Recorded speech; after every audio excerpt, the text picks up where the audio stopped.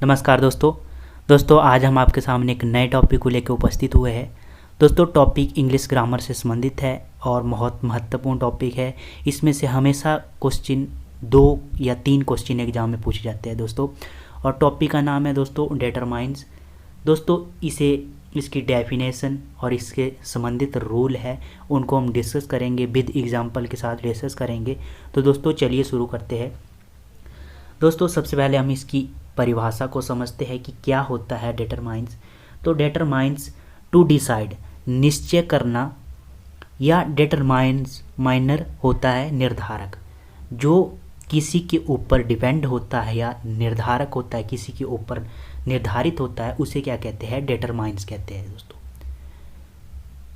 उसके बाद दोस्तों डिटरमाइंस हमेशा संज्ञा से पहले प्रयोग किया जाता है। डिटरमाइन का जो प्रयोग है वो संज्ञा से पहले किया जाता है। अब देख लेते हैं दोस्तों हम काइंड ऑफ डिटरमाइंस की डिटरमाइंस माइनर्स के कितने प्रकार है। तो इसके प्रकार 2 है दोस्तों। सबसे पहला आता है आर्टिकल। डेफिनेट आर्टिकल में द होता है दोस्तों, और इनडेफिनेट आर्टिकल में ए और एन का प्रयोग किया जाता है।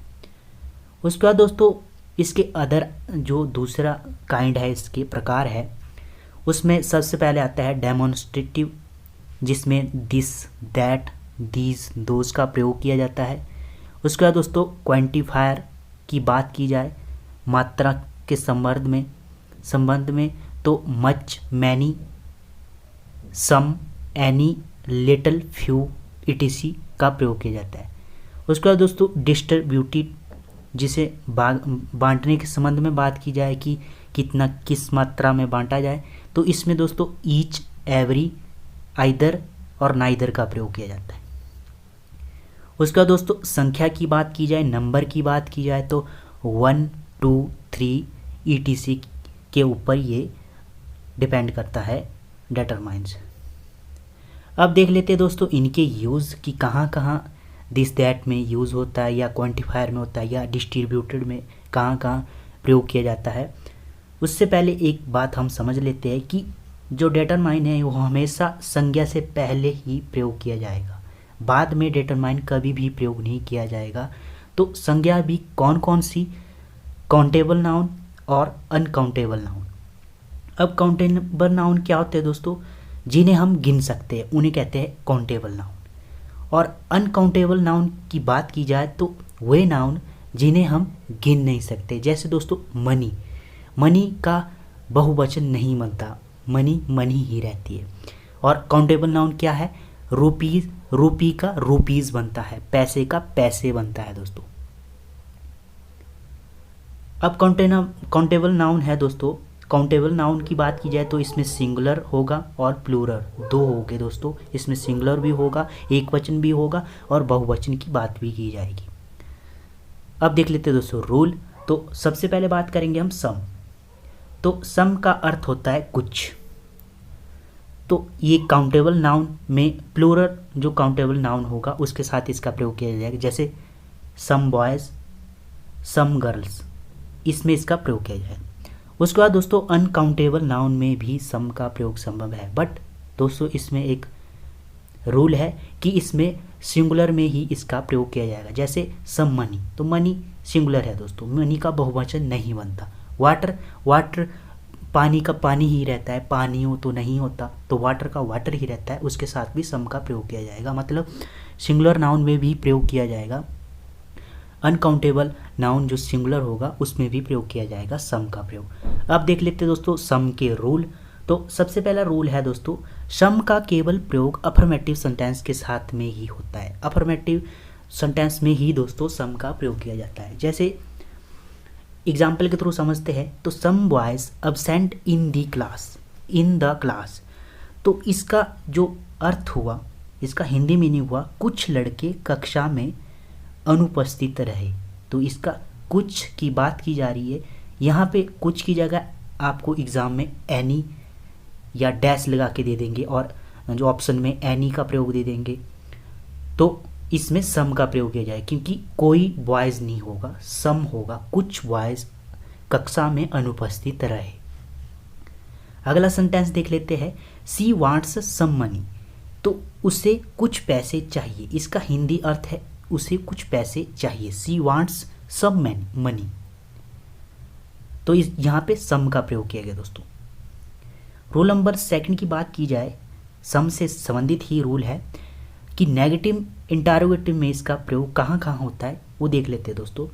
तो दोस्तों नेगेटिव इंटरोगेटिव में सम का प्रयोग किया जाता है, इसमें एनी का प्रयोग नहीं किया जाता। और दोस्तों एग्जाम में आपको एनी दे देंगे और एनी का प्रयोग नहीं किया जाएगा, सम का प्रयोग किया जाएगा। एग्जाम्पल देख लेते हैं दोस्तों। Did I not lend you some money yesterday. तो दोस्तों इसका हिंदी में निकालेंगे हम, तो क्या मैंने कल आपको कुछ पैसे उधार दिए थे? क्या मैंने आपको कल कुछ पैसे उधार नहीं दिए थे? नॉट का प्रयोग किया गया है। तो मतलब नेगेटिव जहाँ पे नकारात्मक की बात की जाए, इंटरोगेटिव और प्रश्नवाची की बात की जाए, वहाँ पे सम का प्रयोग किया जाएगा। उसके बाद दोस्तों एक और एग्जांपल देख लेते हैं। Will you not lend me some any or money. इसमें क्या प्रयोग होगा? तो सम का प्रयोग होगा कि इसमें क्या है कि क्या तुम मुझे कुछ पैसे उधार नहीं दोगे? तो यहाँ लैंड का मतलब है उधार देना और सम का प्रयोग किया जाए। नोट की बात की जाए तो नेगेटिव में एनी का प्रयोग किया जाएगा, प्लस दोस्तों अफर्मेटिव सेंटेंस में सम का प्रयोग किया जाएगा और नेगेटिव इंटरोगेटिव में भी सम का ही प्रयोग किया जाए। केवल नेगेटिव में ही एनी का प्रयोग किया जाएगा। उसका अगला रूल है कि पोलाइट रिक्वेस्ट, विनम्र रूप से निवेदन करने के संदर्भ में भी प्रयोग किया जाएगा सम का। तो इसमें देख लेते हैं कौन कौन से वर्ड के साथ किया जाएगा। प्लीज़ है, काइंडली है, विल है, वुड है और कुड है। इनके साथ सम का प्रयोग किया जाएगा दोस्तों। एग्जाम्पल देख लेते हैं। Please lend me some money. तो दोस्तों इसका अर्थ हुआ कृपया मुझे कुछ पैसे उधार दे। तो इसमें कुछ आपका प्रयोग होगा, सम का प्रयोग किया जाएगा, ना कि एनी का प्रयोग किया जाएगा। उसके बाद I will lend you some money. तो यहाँ पे सम मनी की बात की जा रही है, तो इसमें क्या होगा? मैं तुम्हें कुछ पैसे दे दूंगा। आई विल इसका हिंदी अर्थ हुआ मैं तुम्हें कुछ पैसे दे दूंगा। कुछ की बात की जा रही है तो यहाँ पे सम का प्रयोग होगा। I could you pass some salt. तो इसका अर्थ क्या हुआ? क्या तुम कुछ नमक पास करोगे? टेबल पर रखे हुए नमक की बात की जा रही है, तो उसके संदर्भ में एक सेंटेंस है कि could you pass some salt. क्या तुम, इसमें कुड की बात की जा रही है, विनम्र रूप से निवेदन किया जा रहा है कि तुम जो नमक है उसे पास करोगे। उसके बाद दोस्तों एनी का प्रयोग देख लेते हैं हम, एनी से संबंधित रूल। तो एनी का अर्थ दो संदर्भ में होता है, कुछ के संदर्भ में भी एनी का प्रयोग किया जाता है और कोई के संदर्भ में भी एनी का प्रयोग किया जाता है। अब देख लेते हैं हम कि कहाँ पर कुछ के संदर्भ में बात की जाती है और कहाँ पर कोई के संदर्भ में बात की जाती है। अगर दोस्तों अनकाउंटेबल नाउन की बात की जाए जिन्हें गिना जा सकता है, तो सिंगुलर और प्लूरल के साथ संभव है एनी का प्रयोग। जैसे any boy, any boys, S का प्रयोग किया गया। एनी गर्ल, कोई गर्ल। एनी गर्ल्स, कोई, कुछ गर्ल्स, कुछ लड़कियां। या उसके बाद दोस्तों अनकाउंटेबल नाउन की बात की जाए जिन्हें गिना नहीं जा सकता, उसमें भी एनी का प्रयोग किया जाता है। तो कहाँ पे किया जाता है? जैसे any water, any advice, any money के साथ एनी का प्रयोग किया जाता है। अब बात कर लेते हैं इसका रूल। पहला रूल है दोस्तों, नेगेटिव सेंटेंस में एनी का प्रयोग किया जाता है। तो एग्जाम्पल देख लेते हैं। एग्जाम्पल है दोस्तों, these isn't any water in the pot. इसका हिंदी अर्थ हुआ कि इस बर्तन में कुछ पानी नहीं है।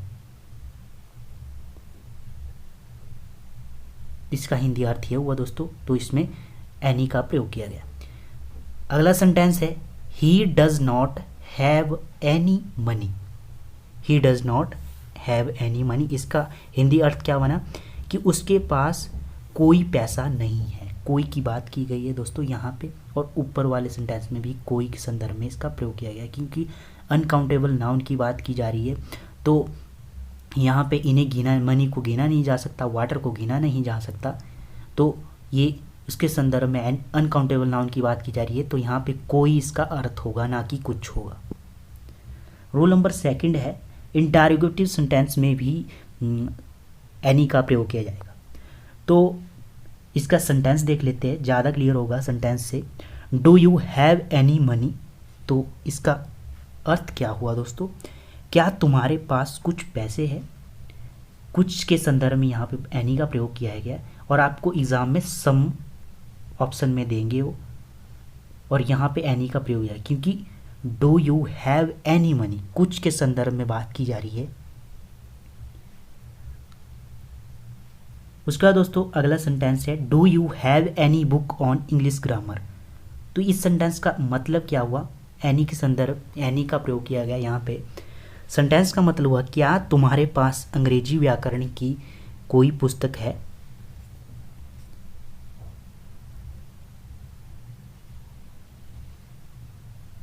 उसके बाद अगला रूल है दोस्तों, रूल नंबर थर्ड है, barely, barely, seldom, seldom, hardly, scarcely और रेयरली, वेदर, इन सभी के साथ दोस्तों एनी का प्रयोग किया जाएगा। बट दोस्तों इसमें वेदर इंडेफिनेट सेंटेंस होगा, इंडेफिनेट अनिश्चितता के बारे में बात की जा रही है, तो वहाँ पे हमने बताया था आपको कि इफ के स्थान पर वेदर का प्रयोग किया जाता है, अनिश्चितता के बारे में बात की जा रही है।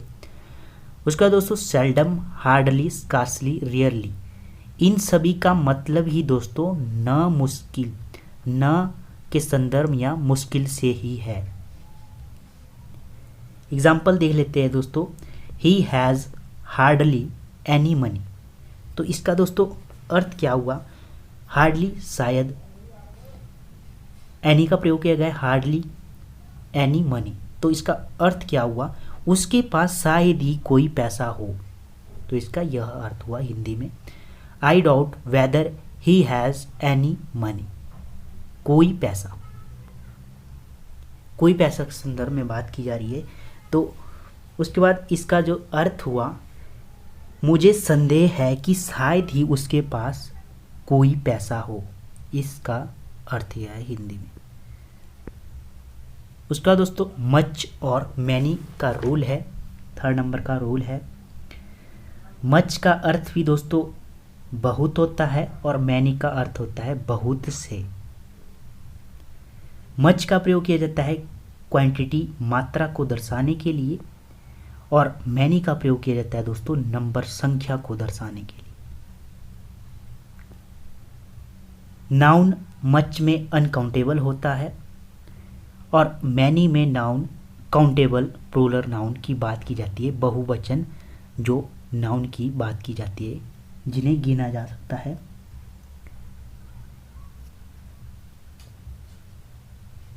हाउ मच की बात की जाती है, और हाउ मनी, मतलब हाउ का प्रयोग दोनों में किया जाता है, मच में भी और मैनी में भी।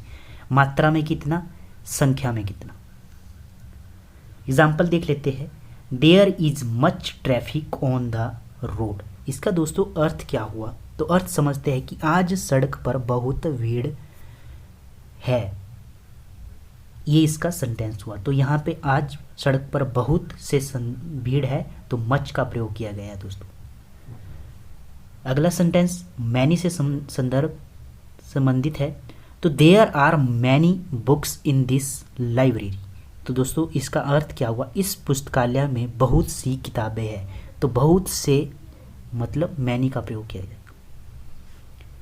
How much many do you have, तुम्हारे पास कितने पैसे, इसका दोस्तों अर्थ ये हुआ तुम्हारे पास कितने पैसे। How much many, how much money दोस्तों होगा यहाँ पे।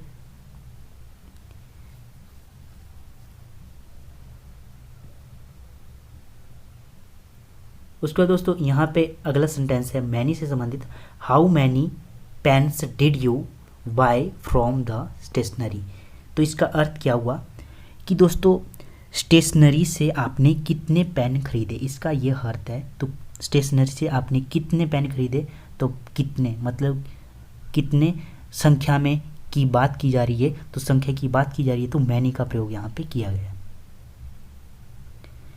एक और रूल दोस्तों बनता है मैनी से संबंधित। मैनी में ए और एन का प्रयोग किया जाता है और मैनी, तो दोस्तों इसका अर्थ हमने देख लिया कि बहुत से। अब देख लेते हैं मैनी के साथ ए कब लगता है। तो जब नाउन कंसोनेंट नाउन की साउंड आएगी तो उस समय वर्ब होगी सिंगुलर और ए का प्रयोग किया जाएगा, आर्टिकल ए का प्रयोग किया जाएगा। एग्जाम्पल देख लेते हैं, मैनी अ बॉय, तो यहाँ पे कंसोनेंट साउंड की बात की जा रही है तो यहाँ पे अ बॉय होगा। In the class in absent today, अर्थ क्या हुआ, कक्षा का एक लड़का आज उपस्थित नहीं है। एन की बात की जाए तो नाउन वॉवल साउंड देगा तो और वर्ब की सिंगुलर फॉर्म होगी तो उस समय एन का प्रयोग किया जाएगा। जैसे मैनी एन ऑरेंज, ऑरेंज में ओ किसकी साउंड दे रहा है, वॉवल साउंड दे रहा है तो ए ई आई ओ यू, उसके साथ एन का प्रयोग किया जाता है, आर्टिकल एन का। इन द वास्केट इज रोटन, मतलब इसका अर्थ क्या हुआ कि दोस्तों इसका अर्थ यह हुआ कि मैनी एन ऑरेंज इन दी वास्केट, की बहुत सारे ऑरेंजों में से एक ऑरेंज सड़ा हुआ है, टोकरी में एक ऑरेंज सड़ा हुआ है। अब अगला रूल है दोस्तों लिटिल से संबंधित है। तो दोस्तों लिटिल की बात की जाए तो लिटिल का अर्थ होता है, लिटिल का होता है मात्रा में न के बराबर, लिटिल। उसका दोस्तों अ लिटिल का अर्थ होता है मात्रा में थोड़ा सा या कुछ। उसके बाद दोस्तों द लिटिल का अर्थ होता है मात्रा में संपूर्ण, पूरी श्रेणी को दर्शाए, उसके लिए द लिटिल का प्रयोग। फ्यू संख्या में न के बराबर, अ फ्यू संख्या में थोड़ा सा, और द फ्यू की बात की जाए संख्या में संपूर्ण। अब देख लेते हैं लिटिल का प्रयोग। तो अनकाउंटेबल नाउन में लिटिल का प्रयोग किया जाता है, वे संज्ञाएं जिन्हें गिन नहीं सकते वहां पर लिटिल का प्रयोग किया जाता है, और मात्रा में न के बराबर हो वहां पर लिटिल का प्रयोग किया जाता है, और हमेशा नेगेटिव सेंस देता हो वहां पर लिटिल का प्रयोग किया जाता है। सेंटेंस की बात की जाए तो there is a little milk in the pot with which I can not make even a single cup of tea. दोस्तों इस सेंटेंस का अर्थ क्या हुआ, तो अर्थ यह हुआ कि बर्तन में थोड़ा दूध है जिसके साथ में एक कप भी नहीं बन सकता, इसका यह अर्थ हुआ। तो इसमें थोड़ा दूध है, थोड़ा के संदर्भ में मतलब मात्रा में बात की जा रही है, मात्रा में न के बराबर है, मतलब इसमें एक भी कप नहीं बनाया जा सकता, तो यहाँ पे लिटिल का प्रयोग किया गया दोस्तों, लिटिल का प्रयोग।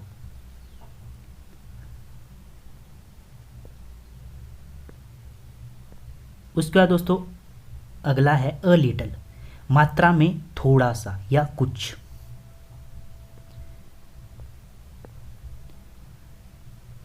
पॉजिटिव सेंस देगा, अफर्मेटिव सेंटेंस में भी इसका अफर्मेटिव सेंस होगी इसकी दोस्तों अ लिटिल की।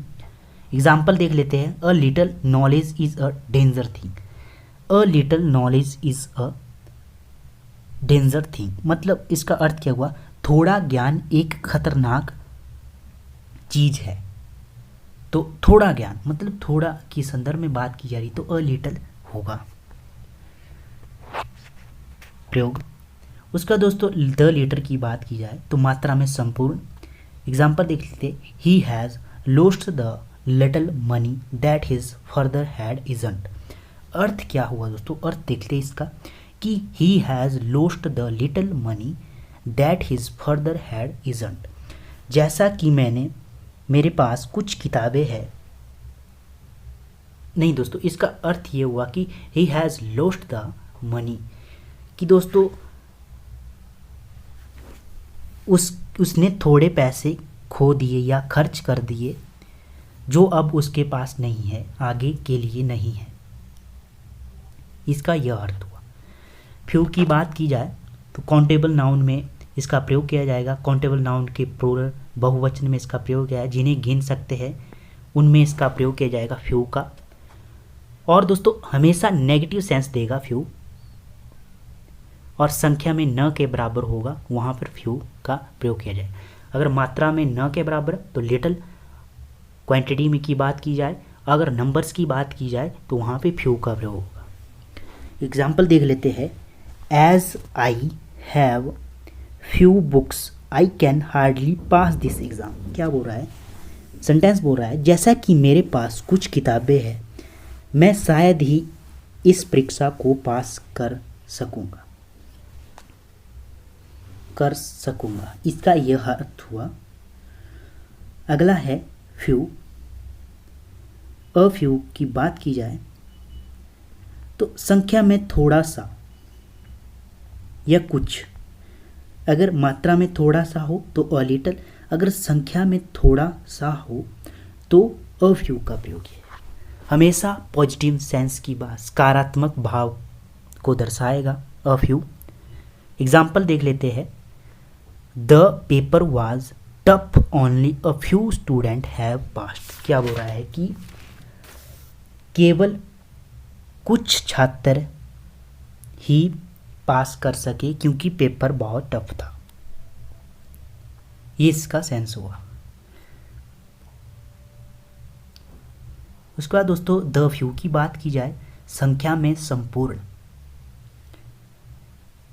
संपूर्ण में होगा तो द फ्यू का प्रयोग होगा। एग्जाम्पल देख लेते हैं। He has donated the few books he had to the library. अर्थ क्या हुआ कि उसने पुस्तकालय के लिए कुछ पुस्तकें दान की। तो कुछ पुस्तकें दान की, तो यहाँ पे द फ्यू की बात की जा रही है तो द फ्यू का प्रयोग किया जाएगा। मतलब संपूर्ण, मतलब उसके पास कुछ बुक्स है तो पूरी उसने पुस्तकालय के लिए दान की, तो संपूर्ण की बात की जा रही है तो यहाँ पे द फ्यू की का प्रयोग किया जाएगा। उसका दोस्तों सच और सच के साथ ए और एन आर्टिकल कहाँ कहाँ प्रयोग किया जाता है वो हम देख लेते हैं। दोस्तों सच का अर्थ क्या होता है? तो ऐसे सच का अर्थ होता है, अगर सिंपल सच की बात की जा रही है तो नाउन प्लूरल बहुवचन के साथ सच का प्रयोग किया जाएगा। संज्ञा जब बहुवचन होगी तो वहाँ पे सच का प्रयोग किया जाएगा।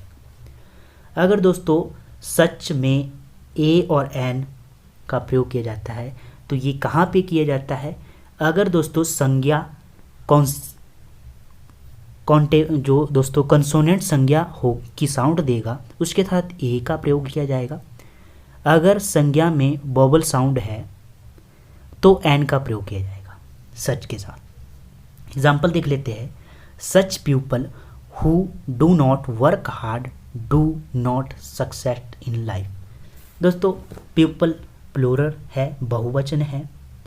पीपल एक लोग होगा, काफ़ी लोगों की बात की जा रही है तो वहाँ पे पीपल्स नहीं होता, पीपल का पीपल्स नहीं बनता, पीपल ही रहता है और बहुवचन है ये, तो इसके साथ सच का प्रयोग किया जाएगा।